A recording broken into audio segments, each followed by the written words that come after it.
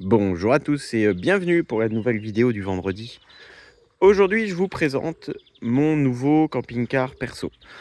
Voilà, nouveau depuis déjà quelques semaines, voire même quelques mois, mais j'avais pas encore pris le temps de vous le présenter, surtout parce que j'ai quelques améliorations qui étaient en cours et je voulais vous le montrer une fois personnalisé, enfin en tout cas mis à mon goût, quasiment terminé.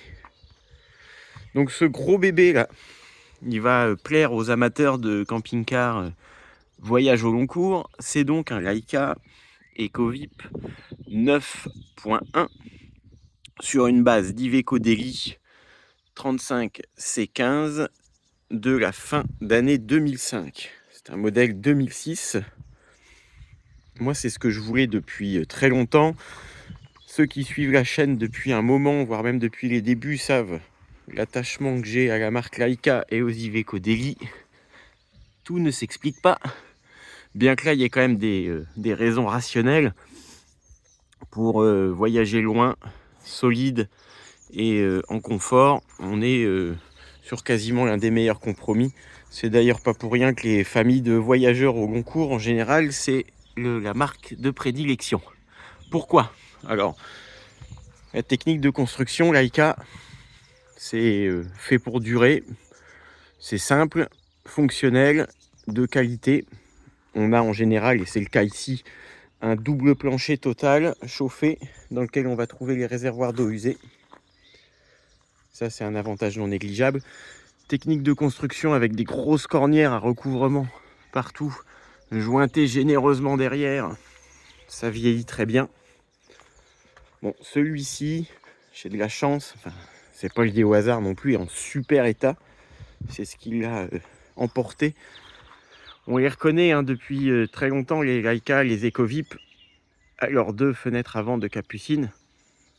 Les Créos n'en ayant qu'une. C'est vraiment la marque de fabrique et moi c'est ce qui m'a toujours plu dans le style. Quand les premiers comme ça sont sortis, c'était en 94. J'avais 12 ans et dans les magazines de camping-car, je savais déjà que c'est ce que je voudrais. Et puis j'ai ma petite Madeleine de Proust d'enfant en Iveco Daily. Donc bon, tout était réuni pour qu'un jour j'en ai un. Bon, ça fait un gros bébé, hein. Il est 7,15 m de long. Comme tous les Laika, il est large. Donc on est à 2,32 m. Et celui-ci est très haut, puisqu'on bordure les 3,20 m. Donc moi je voulais absolument, je l'ai déjà dit, mais ça c'est mes choix perso, hors de question de revenir sur de la traction avant.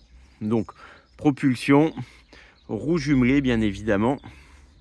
Quand on y a goûté, que ce soit la stabilité au vent latéral, au croisement de camion, la motricité surtout très important, et puis le rayon de braquage, ça fait demi-tour presque sur place, c'est vraiment impressionnant.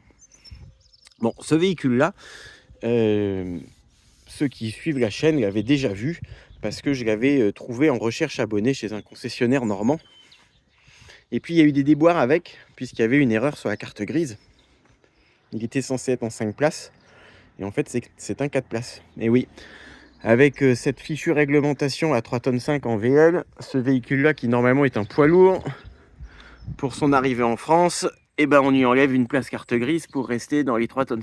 Donc il a peu de charge utile, ça on va pas se mentir, enfin en tout cas sur le papier, puisqu'il est capable de supporter bien plus. Et suite à cette erreur là du concessionnaire, j'en avais fait une petite vidéo. Bon, moi je l'ai repris pour moi et les abonnés je leur en ai vendu un autre. Comme ça tout le monde est content. Donc j'ai supprimé la vidéo d'origine parce qu'elle faisait l'éloge du concessionnaire, qui depuis m'a fait des déboires avec un autre camping-car aussi, j'en avais aussi parlé, donc hors de question de faire de la pub pour des gens qui sont finalement pas aussi sérieux que ce qui était prévu. Bref, et ça me regarde. Donc je vous fais une petite présentation complète. Je sais qu'il va intéresser du monde, surtout pour voir comment c'est fichu dedans, puis je vais vous montrer ce que j'ai amélioré aussi. À l'extérieur, qu'est-ce que je peux vous dire? Bon, l'avantage du double plancher, c'est que même en étant en propulsion, on arrive quand même à avoir des rangements traversants. Ici, je vais vous les ouvrir. Là, on a un coffre à gaz qui va contenir 2 bouteilles. Et puis surtout, on a la soute garage. Moi, c'est ce dont j'ai besoin absolument pour mon usage, avec 2 accès de chaque côté. cette porte-là étant plus petite que celle de droite, c'était un petit peu le défaut que j'y avais trouvé, mais on s'en accommode. Bon, c'est les dernières années avec les feux ronds, avant que ça passe sur un nouveau design. Moi, je l'aime bien, pour moi, c'est le design originel, puis ça fait penser... Enfin, on voit bien que c'est italien. Faire un petit tour en dessous, c'est du costaud. Que ce soit les rallonges de châssis en galva, le pont arrière monstrueux avec la barre stabilisatrice.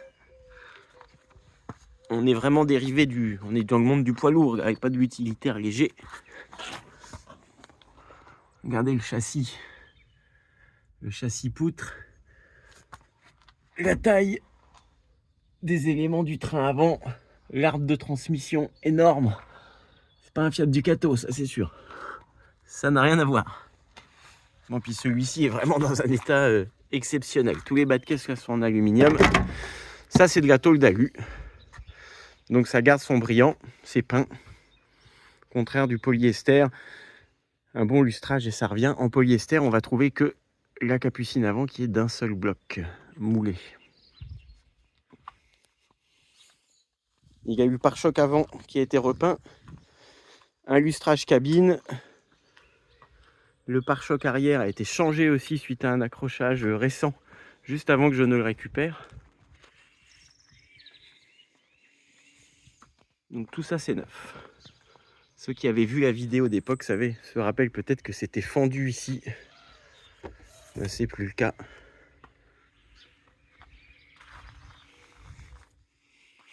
Là il est en cours de montage de pneus.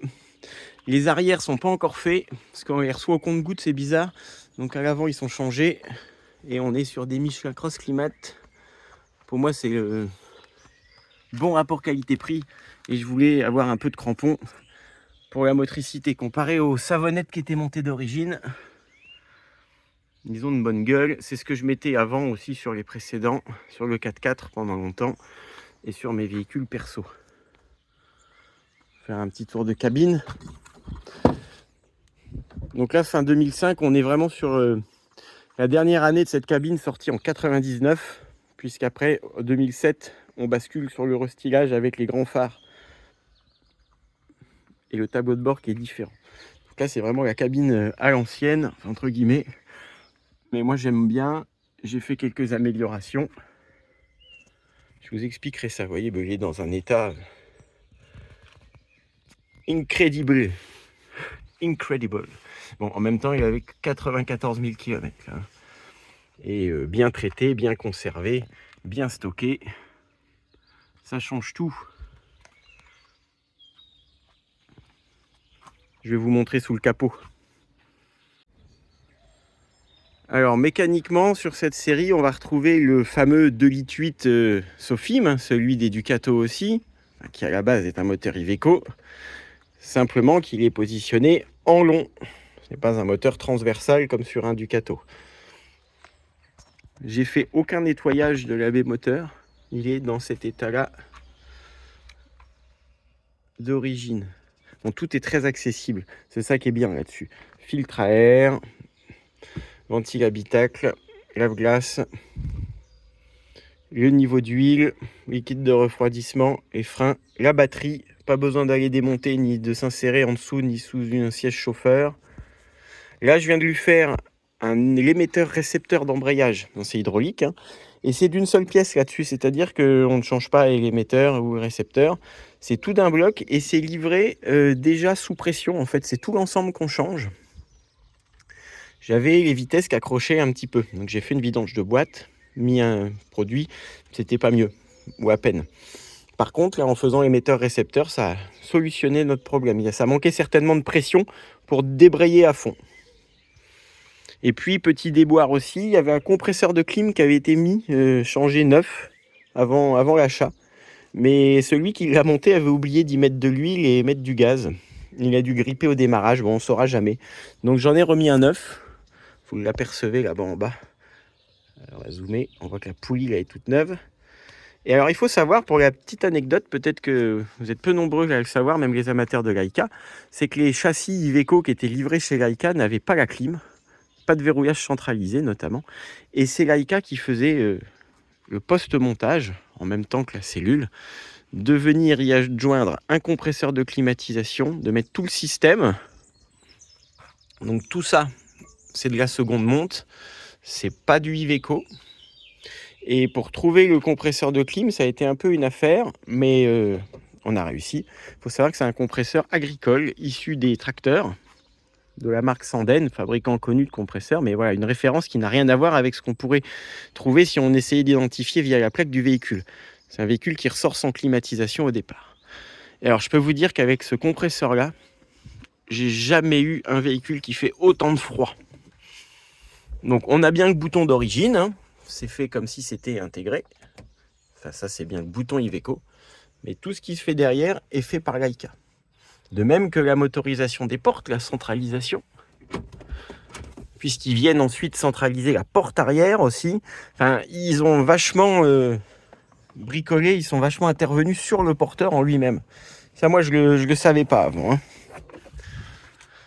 Donc voilà pour la mécanique. Vous voyez, j'ai déjà eu de quoi m'occuper, mais enfin, en même temps, c'est jamais parfait et on savait pas tout.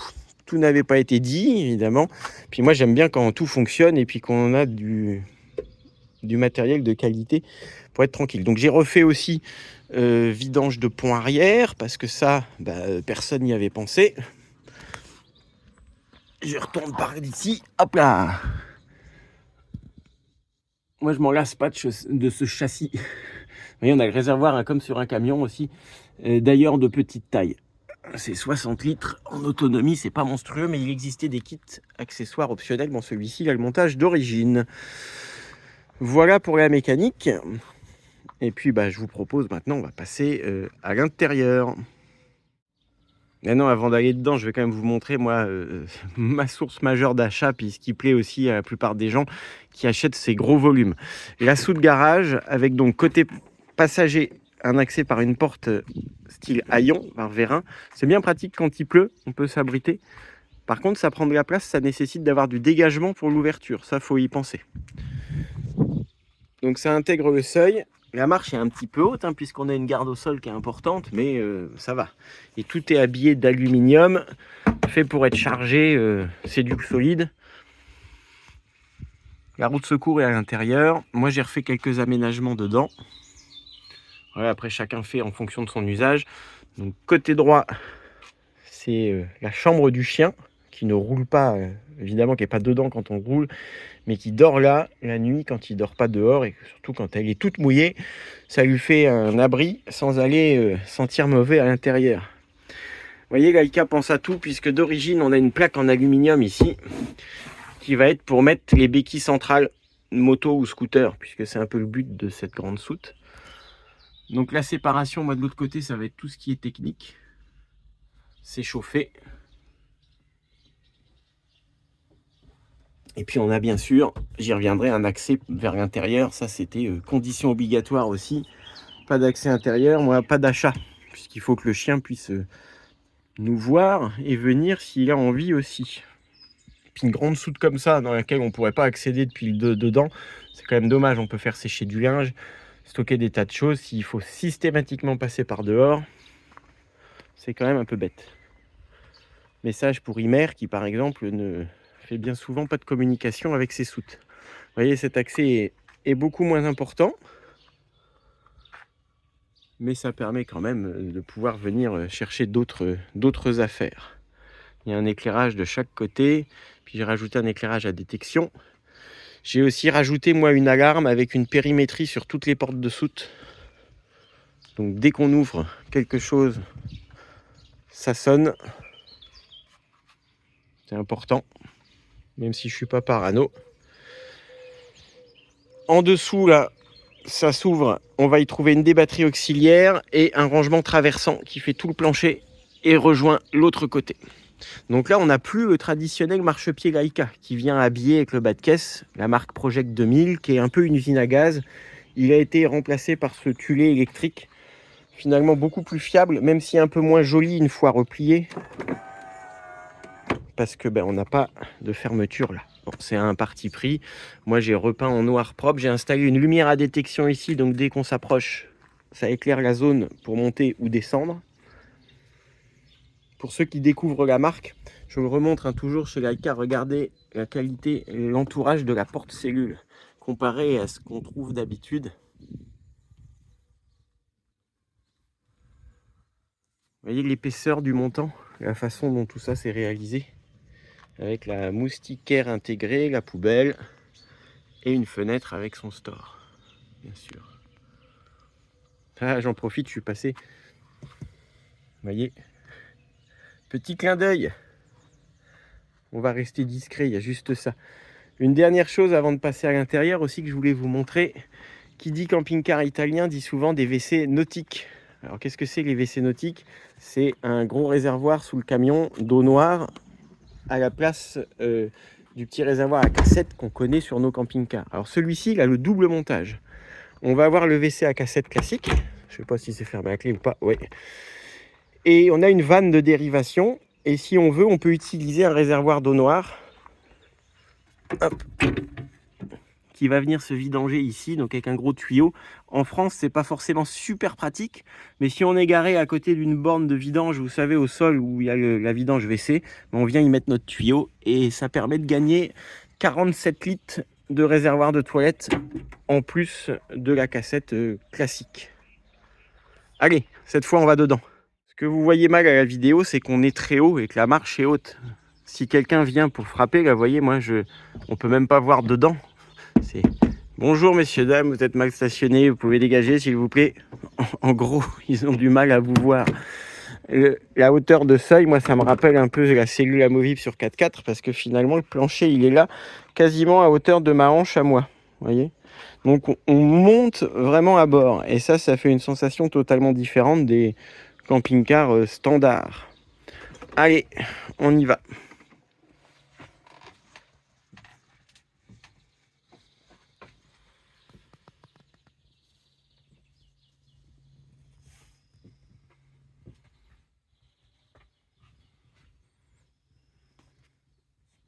Bon, vous captez le plan.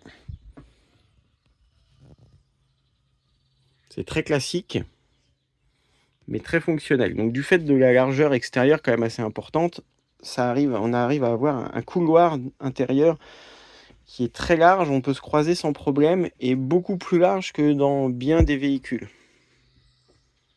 Je vais allumer une lumière. J'ai fait plein de modifs déjà. Hop, on y verra plus clair. Ça fait partie des modifs. J'ai intégré un ruban LED dans l'entourage de lanterneau central. Donc c'est de la LED ultra fine dont on voit même pas chaque ampoule finalement. Et je trouve que ça fait sympa. Ça diffuse une lumière qui est très puissante, comme un halo tout autour, puisque ça c'est un bloc spécifique, lanterneau spécifique avec les haut-parleurs, éclairage. Bon, c'est un peu le souci des Leica, c'est qu'il y a beaucoup d'équipements un peu spécifiques qu'on ne trouve pas ailleurs. Il ne faut pas que ça lâche. Donc traditionnel dinette 4 places, face-face, que j'ai modifié parce que je trouvais que le pied de table n'était pas du tout pratique. C'était un gros pied métallique, vous savez, auquel on inclinait comme ça et la table était finalement pas fixée. Donc j'ai remplacé par un pied moderne, télescopique. Ça permet de faire le couchage très facilement. Et puis surtout, mobile. Donc on peut déplacer la table à sa guise, d'avant en arrière et sur le côté aussi. Et pour mettre un siège enfant, c'est pratique, on peut lui dégager plus de place. Puis au moment de manger, on revient. Bon, ce pied coûte très cher, mais pas le choix. Et casser la tirelire pour avoir quelque chose de fonctionnel. Il me reste un petit coup de ménage à faire. Ensuite, on va avoir nos ceintures de placard traditionnelles. Bon, avec la bonne qualité, c'est vrai que tout est assez travaillé en galbe et surtout en finition. Là, j'ai rajouté, moi, on ne se refait pas. Il n'y avait pas assez de LED à mon goût. Un petit bandeau avec variateur. Vous voyez qui vient éclairer le dessous dans la niche. Et qui va venir ici nous montrer une prise USB que j'ai rajoutée également. Ça permet de charger des petits objets là à côté de la dinette et de les poser là, téléphone ou autre chose. La pièce maîtresse là, toujours dans les Leica, c'est la Capucine. Avec son énorme moulage d'une pièce. Là, moi, j'ai rajouté un surmatelas à mémoire de forme, donc on perd un peu en hauteur. C'est la chambre de la petite, ça va très bien. J'ai un souci, le lanterneau électrique qui fonctionnait là est en panne. En phase de test, il s'est mis à ne plus marcher d'un coup. C'est pour ça que là, c'est défait, l'interrupteur est neuf. J'ai plus d'alimentation. Bref, je cherche. Par contre, vous voyez, c'est vraiment bien fichu. De chaque côté, on va avoir des éclairages avec un va-et-vient qui permet d'éteindre cette partie-là quand on se couche. La même chose de l'autre côté. Et puis alors, c'est génial, c'est que on va être à la fois chauffé ici, une bouche. C'est vraiment traité comme une vraie chambre. Et alors, dans la structure, dans le sommier, vous voyez la partie métallique ici, il y a un tuyau de chauffage qui passe, qui va éviter toute formation de condensation.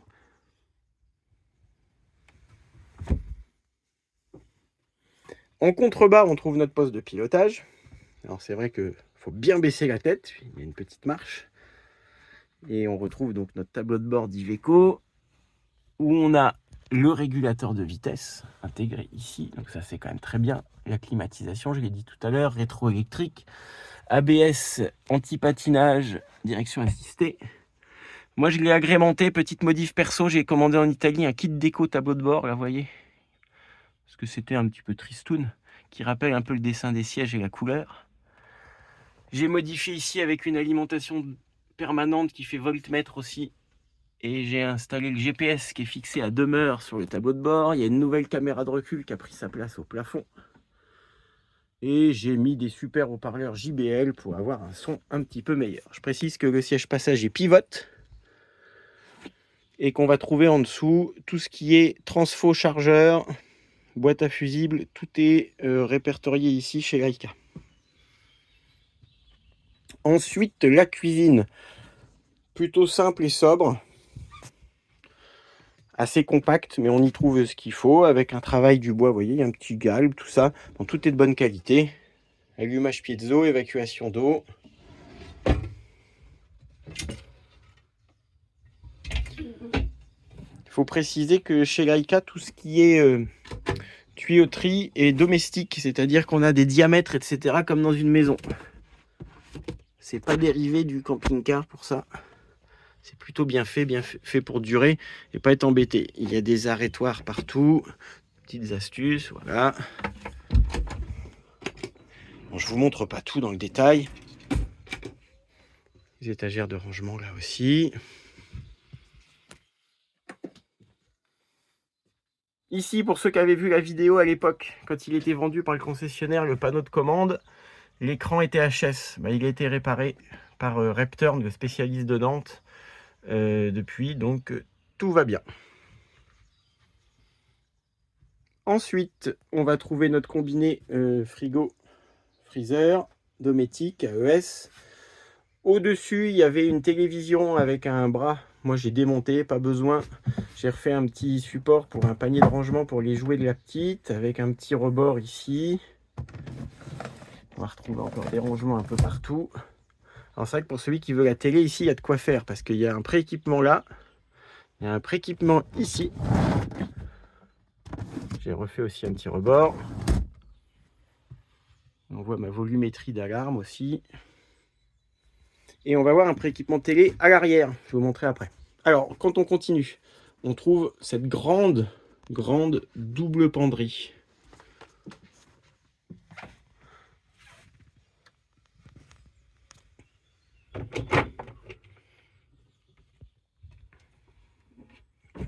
Voilà, éclairé. On a vraiment de la place. Avec des paniers coulissants en bas. Et sur la partie en bas, on va trouver notre logement pour le combiné Truma. Le plus gros, le plus imposant. Bon, tout est accessible ici. Avec la vidange automatique là. Et la pompe à eau juste à côté. Ce qui pour la maintenance c'est plutôt pas mal. Et là, on va trouver tout un tas de tiroirs coulissants. Très pratique aussi. Je ne les fais pas tous. En face, on a un meuble. Tiens, je vais rallumer notre lumière. Il y a des va-et-vient qui font du bruit, comme dans la maison de ma grand-mère. Petit rangement. Aferi 800 watts, la batterie nomade. Je vous la réexpliquerai un peu plus tard, celle-là, ce petit format-là. Hop.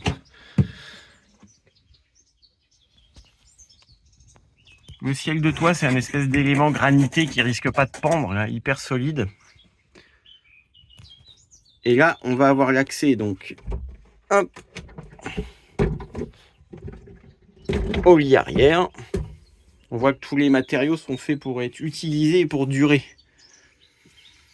Pareil, remis un matelas à mémoire de forme. Sinon, on a notre matelas d'origine, évidemment, avec le semi-alate en dessous. Alors, ce que j'aime bien dans cette chambre-là, enfin dans ce lit-là, c'est qu'on a une fenêtre de chaque côté. Une grande là et une plus petite ici. Là, on trouve un support meuble télé avec encore antenne pour celui qui voudrait. Encore un lanterneau spécifique, décidément. Et puis là, je viens de réinstaller, moi, des spots plus modernes avec des ports USB, comme d'hab. Et là, on trouve notre commande de chauffage. Et puis, un petit rangement, entre guillemets, caché. Ils ont même tout pensé, la petite découpe et tout, pour mettre bouquins, lunettes, téléphone avant de dormir. J'ai rajouté un petit filet là-bas pour celui qui dort au fond.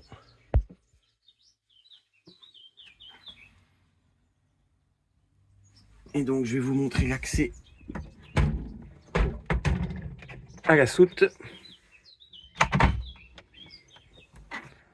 Et voilà. C'est vrai que j'avais fermé la porte. Donc, on n'y voit plus très clair. Donc je précise que tout est en double plancher partout et comme on a les gaines de chauffage qui passent, pour l'avoir déjà testé une semaine en février, ça chauffe, c'est très agréable. Et puis ici on va trouver le cabinet de toilette.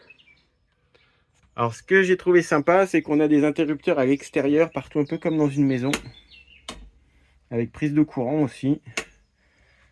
Et tout est solide, les poignées avec les systèmes d'ouverture, c'est pas du plastique, c'est métallique. Et voilà notre cabinet de toilette. Donc là, on va trouver une grande cabine de douche moulée, qui est très pratique à l'usage.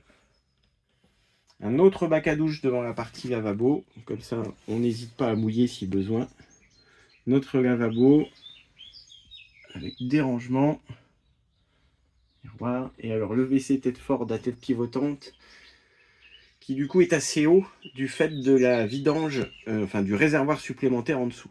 Puis alors je précise que ça c'est pas jauni, c'est la couleur qui est beige d'origine. Du coup ça jure un peu avec le blanc des WC. Bon, c'est comme ça. Là d'origine, ça c'est toujours d'origine chez Leica. On a le petit fameux sèche-serviette qui pensait à monter à la livraison, c'est bien. Et même si tout est en plastique, la qualité du plastique doit jouer puisque rien n'est cassé.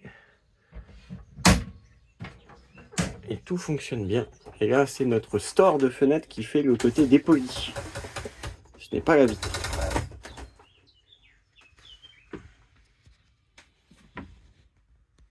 Donc voilà pour la visite de cette petite pièce d'eau. Hop. Et puis en gros, j'ai terminé parce que je ne veux pas rentrer plus dans le détail. Là, vous avez bien vu la configuration intérieure. Donc, petite chose, hein, 4 places carte grise, mais effectivement, on peut dormir à 6. Et on a 4 ceintures de sécurité ici, plus normalement une 5e qui vient là, mais qui a été démontée, puisqu'on n'est pas censé transporter une 5e personne. Moi, qu'est-ce que je lui ai fait d'autre comme modif avant de vous quitter? Oui, je lui ai blindé de solaire avec un super panneau 300 watts en complément de celui d'origine. On a 2 batteries auxiliaires, une ici, une sous le plancher, je vous ai montré tout à l'heure. Donc 200 ampères-heure en lithium. Et tout ça passe par un gros régulateur Victron qu'on aperçoit là, en 100 et 30 ampères de charge. Je peux vous dire que ça fuse avec ça. Donc voilà pour la visite, je redescends pour la conclusion.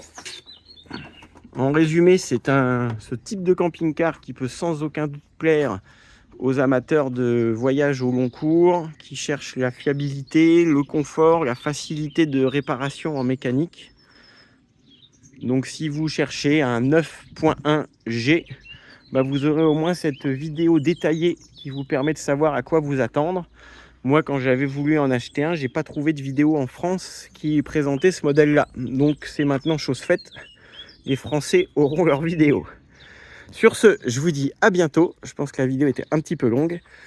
Prochaine vidéo, vente de véhicules. Là, je parlais un peu de mon perso, mais bon, ça fait une visite sympa. Et on revient sur des véhicules à vendre, puisque j'en ai plusieurs qui arrivent très rapidement.